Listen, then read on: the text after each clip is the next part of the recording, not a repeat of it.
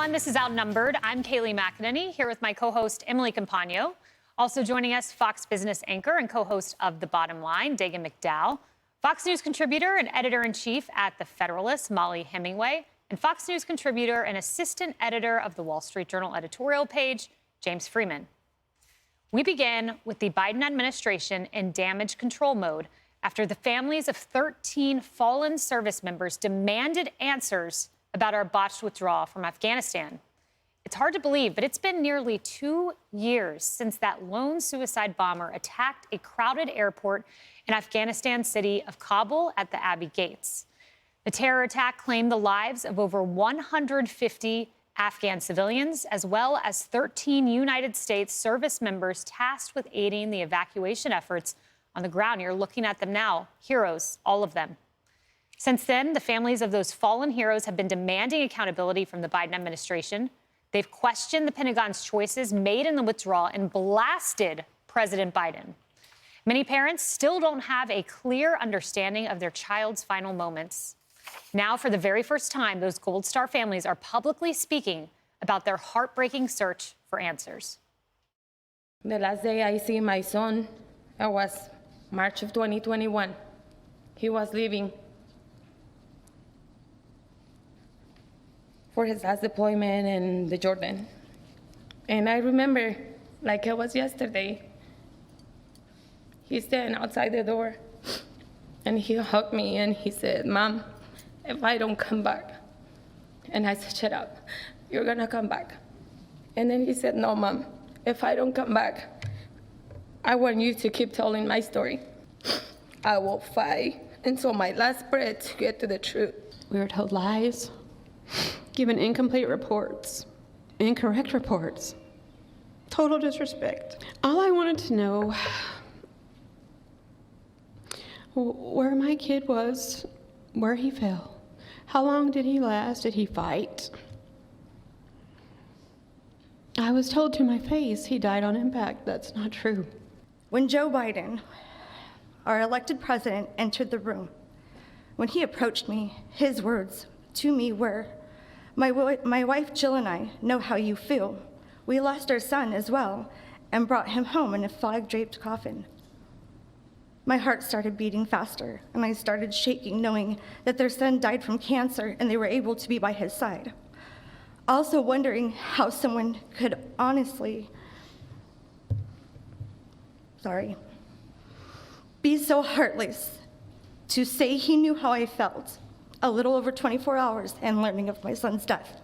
I'm calling out Secretary Blinken, Secretary Austin, General Milley, General McKenzie, Lieutenant Colonel Whitehead, who could not give the order to the snipers to take out the bomber before he detonated his vest, and ultimately the president. Do what our son did. Be a grown man.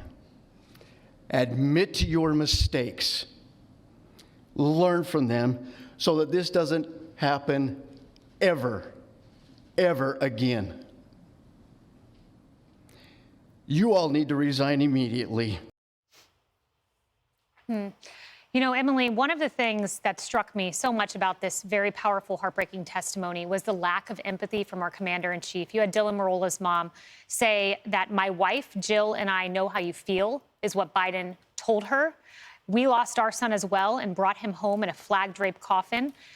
His mom, Dylan Merola's mom, said, "My heart beat faster. I started shaking knowing that their son died from cancer and they were able to be by his side. She was not."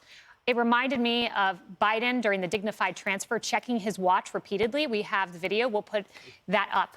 The lack of empathy. My daughter's 3 years old. We were watching this yesterday. She looked at me and said, "Mommy, why does that lady sound so sad?" Over and over again. Why are their voices shaking? A 3-year-old is able to recognize empathy. But our commander-in-chief, there he was checking his watch. The lack of empathy is what really gets to me. And the fact that it's on top of his testimony that he, in fact, doesn't recall, in his words, any generals advising him to the contrary of the botched withdrawal, that he can't give them a modicum of respect. It's such a slap in the face of every American, because you're absolutely right. The half second it would take to look a grieving Gold Star family in the eyes and say, thank you for your sacrifice. I am grateful for you. To anything that would imply a modicum of empathy, but this commander-in-chief is frankly incapable of it. And what worries me the most is that he's incapable of making a sound decision, as we've learned, to the cost of 13 service members. I was struck by Staff Sergeant Darren Taylor's mom, who said, I'm not a victim. We're not victims. We're parents to some mighty heroes, as you said earlier. And I also have to, I want to call out the mainstream media, because instead of covering the hearing, we have ABC, CBS, NBC. They cover the Mega Millions lottery numbers, the women's soccer team, and another update on an investigation into a plastic plant fire. Why is it that there's such a hesitancy, such a refusal to acknowledge the deep pain that these families are suffering at the hands of this government? And then for them to testify that they lied about the circumstances of her son's death? That's what I can't wrap my brain around. Why would you lie? If you are attempting to manage someone's grief, then the best way you can honor them is with the truth. And for them to say that he died instantly when she knows that he didn't, I don't understand that. And I'll just close by saying, it struck me as interesting that General Milley had testified before that when called to resign, he said, those kids there at Abbey Gate, meaning those 13 service members who died, he said, they don't get a choice to resign. He said, they can't resign, so I'm not going to resign. There's no way. Dagan, to the point of the media, I started flipping back and forth between channels because I thought, what could be more important than hearing from these families? Well, they found a lot of more important things to cover on MSNBC and CNN. Watch. Trump's threats are raising concerns already about the safety of the judge in the January 6th case. Is the concern here that Donald Trump will share evidence that should not be shared publicly? The question never crossed my mind who paid for Clarence Thomas's motorhome. Governor DeSantis fighting his own battle to convince voters and donors that he has a shot at beating Mr. Trump. The very company that helped make remote work possible during the pandemic is telling its own employees, you got to come back to the office. That was what was more important. Yeah, this exemplifies, though, how the media has brushed off and glossed over the absolute debacle that was the Afghanistan withdrawal for the last 2 years. And the American people know better. Joe Biden's approval rating has been underwater since that very moment. So he has had a negative, he's had a disapproval from the American people ever since then. It's never recovered. It's been in the double digits disapproval. And that's because the American people could see him standing up there publicly, blithely lying over and over again to George Stephanopoulos about, the generals never told me to keep 2,500 troops on the ground. Al-Qaeda's gone from Afghanistan. So the lying, but also the incompetence driven by his own arrogance. And that has not changed. And it's actually worsened. This isn't a lack of empathy. This is overt. At a bare minimum, it's apathy, but it's really antipathy toward loss. And it sums up how he leads this nation. It is a disregard for the sanctity of life. It's a disdain for the sacrifice of service.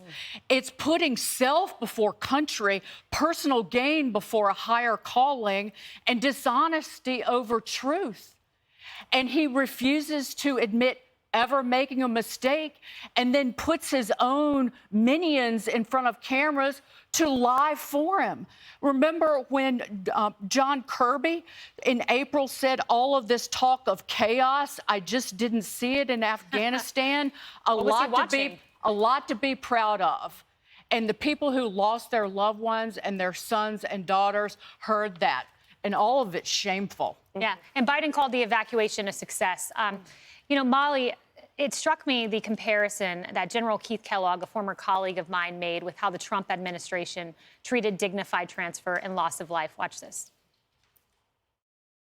This is what I saw when I went up with the president and vice president for the dignified transfers at Dover Air Base, where you walk in there when the remains would come off the aircraft, and you'd go talk to the families, the rawness and how that started with just within hours of their loved ones dying. And I used to, it just, not to just breaks your heart, but it just hits you right in the gut. I want to know what actually happened. It kind of borders on the criminal that the president or the Secretary of Defense or the chairman of the Joint Chiefs has not sat down with these families and said to them, hey, this is what's happened. He went on to say he gave his personal business card and said, call me if you need anything, and personally fielded the calls. Yeah, this is so important to hear this from General Kellogg. President Biden must immediately stop lying to Gold Star families. It just has to stop. It is unacceptable. Everybody in the media, regardless of where they are, should be condemning him for what he did, in part because you might remember how the media participated in some lies about President Trump's treatment of soldiers who had died. They ran crazy with a story that was debunked by literally dozens of sources that President Trump secretly harbored disdain for soldiers who had died in our wars. That was a lie. They went with that lie, and now they don't care at all about these families who are being brutalized by our own president with his falsehoods about how his son died, which was from cancer. He's not a Gold Star dad. It's very important. But it's also important that we hold people accountable for how they've mismanaged our military, not just in the departure from Afghanistan, but really in how we've had some mismanagement of wars. We get into wars without thinking about how to get out of them, without thinking about how to win them, and no one is held accountable, whether that's Afghanistan, Ukraine, or the Iraq War. All of these things, nobody's held accountable. Yeah, and to the point about the lies about Trump and how he treated soldiers, that came out when I was press secretary. I talked to dozens of people in the administration. They said it was all flat-out lies. To your point, James, the Department of Defense out with a statement. The DOD expresses our deepest condolences to the Gold Star families whose loved ones died during the tragic bombing at Abbey Gate. We are forever grateful for their service. That's what it reads in part. Yeah, I'm sure it's not going to mean much at this point. You talked about the selfishness and the recklessness with other people's lives. What the president wanted was he wanted the political win of being out of Afghanistan by that 20th anniversary of 9/11 in 2021. And to do it, you go back to his statements in July, just before the debacle. Afghan army is well equipped, ready to go. We're going to support them if needed. He talked about how we're going to help the people who helped us, the translators. All of these things that turned out not to be true. And then, of course, the then and later pretending that a Trump agreement had bound him, as if he hadn't been trashing every Trump policy to that moment, and as if the Taliban had honored the agreement and therefore we had no choice. So I think the reason he lost most of the country at that moment, and they've never come back, is you can forgive mistakes, but it's the character flaws. And we're now seeing it with the finally revelations on the family enrichment schemes. But it's deep. It's an issue of deep character flaws in Joe Biden. And I think that was the moment a lot of Americans figured it out. Yeah, he wanted a political win, but he got a political loss, and his approval ratings, they have never recovered. Can I add one thing?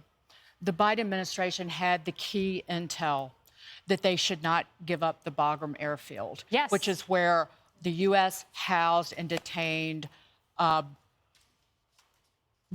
where they housed and detained in the suicide bomber that killed these 13 individuals. So these service members would not be dead if the Biden administration had followed that intel given to them by the Trump administration. He said, they never told me to leave a stay-behind force. They did. We have congressional testimony to that effect.